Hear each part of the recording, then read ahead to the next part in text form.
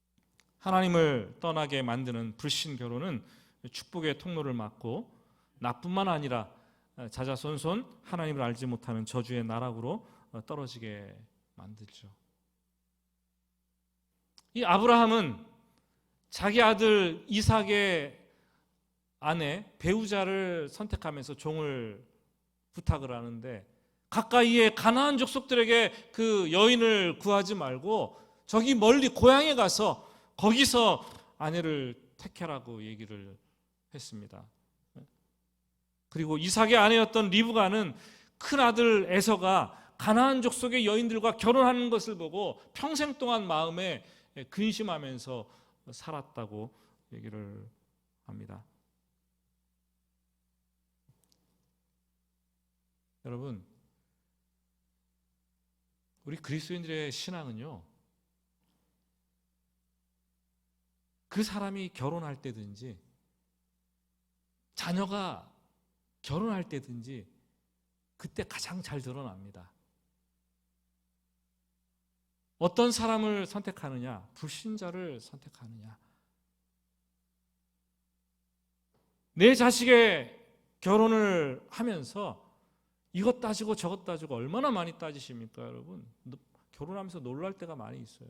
신앙의 문제는 우리가 간과하는 경우가 많이 있다는 거죠. 여러분, 믿는 부모는 자녀의 결혼을 위해서 어렸을 때부터 그 문제를 가지고 눈물로 기도하셔야 돼요. 그래도 잘 안다는 게 자녀 문제 아닙니까? 품 안의 자식이지. 내 품을 떠나면 내 마음대로 못하는 게 자식 아닙니까? 정말 오늘 본문에 나타난 느헤미야의 심정처럼 책망하고 저주하고 때리고 막 머리털까지 다 뽑아 놓겠다라는 그런 심정으로 느헤미야가 그렇게 하지 않았습니까, 여러분? 그게 너무나 중요한 문제이기 때문에 자녀의 불신 결혼을 이 목숨을 걸고라도 막아야겠다라는 그런 마음이 있지 않았겠습니까, 여러분? 그래야 리브가처럼 살면서 평생 근심하지 않게 된다는 거죠. 또 우리 젊은이들은, 우리 교회도 젊은이들이 많이 있는데 배우자를 위해서 결혼을 하려고 생각한다면 결단하고 교제하고 결단하고 결혼을 하고 기도하면서 교제하고 결혼을 해야 되는 거죠. 그렇지 않을 때는 인생이 굉장히 나락으로 떨어질 수 있다는 거예요.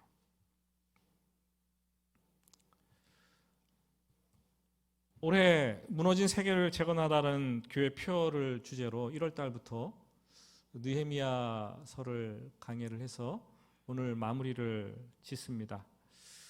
느헤미야서를 통해서 보았듯이 무너진 세계는 우리의 신앙의 영역에도 존재하고 우리의 삶의 영역에도 존재를 합니다. 어느 것 하나 따로가 아니라 두 가지가 동시에 재건이 되어야 돼요. 신앙적으로 재건되면 우리 삶도 재건될 수 있어요.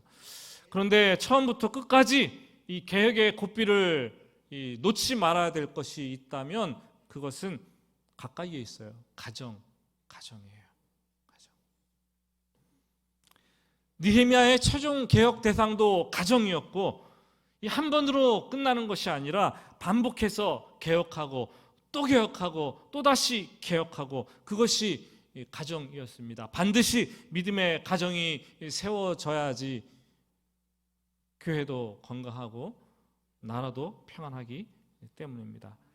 느헤미야는 개혁을 마무리 지으면서 가정에 대해서 다시 얘기를 하고 오늘 28절과 29절에서 마지막으로 기도를 드리는데 28절, 29절, 30절, 31절 보시면 마지막에 하나님이여 나를 기억하사 복을 주옵소서라는 기도로 마무리를 합니다. 어려운 상황 속에서도 하나님의 말씀을 붙잡고 기도하면서 개혁을 해나갔고 가정에 특히 최우선순위를 두고 끝까지 개혁을 해나갔던 것을 보게 됩니다. 여러분, 하나님 말씀 붙잡고 삶과 신앙을 개혁하는 성도들에게 하나님은 축복하실 거예요. 특별히 가정, 많은 생각이 여러분들 오늘 말씀 짧지만 들으면서 생각이 되실 텐데 이 말씀 붙잡고 고치고 바꾸고 개혁하고 또 다시 한번 결단하고, 특히 우리 청년들 이 말씀이 우리에게 주시는 말씀입니다. 붙들고 또 미래를 계획할 수 있게 되기를 예수님의 이름으로 축복합니다. 같이 기도하겠습니다. 기도할 때 먼저 여러분의 가정을 돌아보시기 바랍니다.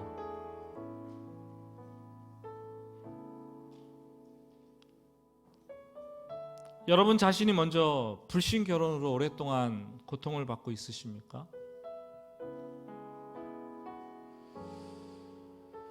주님께 무너진 세계, 나의 가정을 신앙 안에서 재건하게 해달라고 하나님께 요청합시다. 우리 젊은이들 가운데 지금 불신 교제를 하고 있는 분들이 계세요? 혹은 불신 결혼을 생각하거나 앞두고 있는 분들이 계십니까?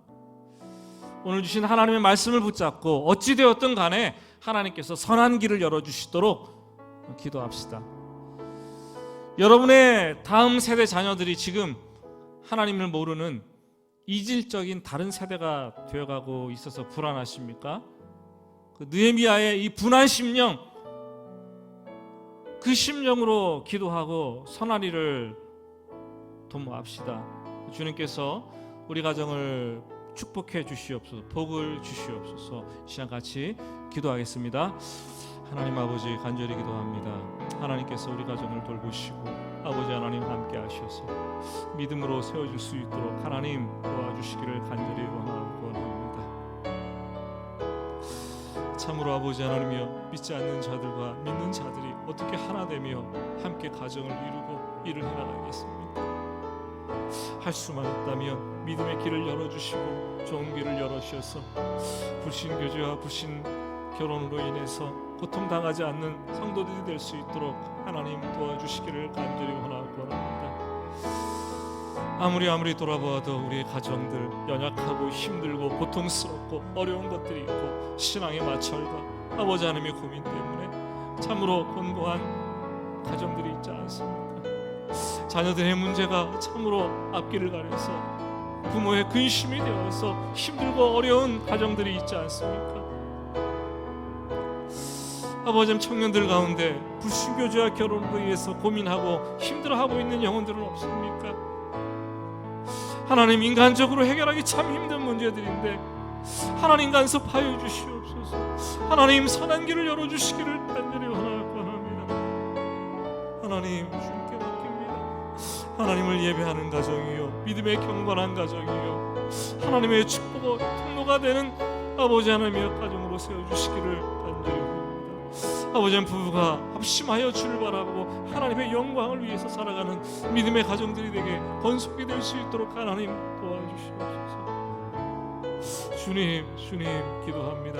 마지막 최종 개혁의 대상이었던 가정, 아버지, 우리 가정들이 더욱더 새로워지게 하시고 하나님의 말씀 붙잡고 건강하게 세워지는 그런 은혜를 허락하여 주시기를 하나님 간절히 원하고 합니다. 주님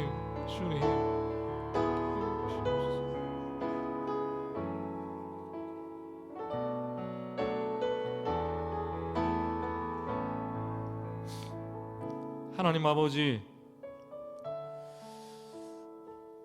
우리가 사랑하는 가정, 우리가 속해 있는 가정, 울어도 보고 기도도 해보고 결단도 해보고 하지만 참 되지 않는 것이 가정 아닙니까? 느헤미야를 통해서 끊임없이 가정이 개혁의 대상이라는 것을 알려주시니 다시 한번 우리가 긴장하며 말씀을 붙듭니다. 우리에게 주신 가정이 행복한 가정이 되게 하시고 믿음 안에서 하나님께 영광 돌리는 가정이 되게 하시고 또 우리 자녀들을 통하여 이 땅에 세워질 가정들이 건강한 믿음의 가정이 되게 하시고 하나님께 영광 돌리는 가정이 되게 하여 주시옵소서. 불신교제를 하면서 또 불신교제를 꿈꾸고 있다면 하나님 다시 한번 결단할 수 있는 마음을 허락하여 주시고, 불신 결혼으로 인해서 고통스러운 시간들을 보내고 있다면 하나님께서 그 가정에 선한 길을 열어주시기를 간절히 소원합니다. 하나님, 우리 그리스도인들이 하나님께 영광을 돌리는 결혼과 가정생활을 할 수 있도록 축복하여 주시옵소서. 살아계신 예수님의 이름으로 기도드립니다. 아멘.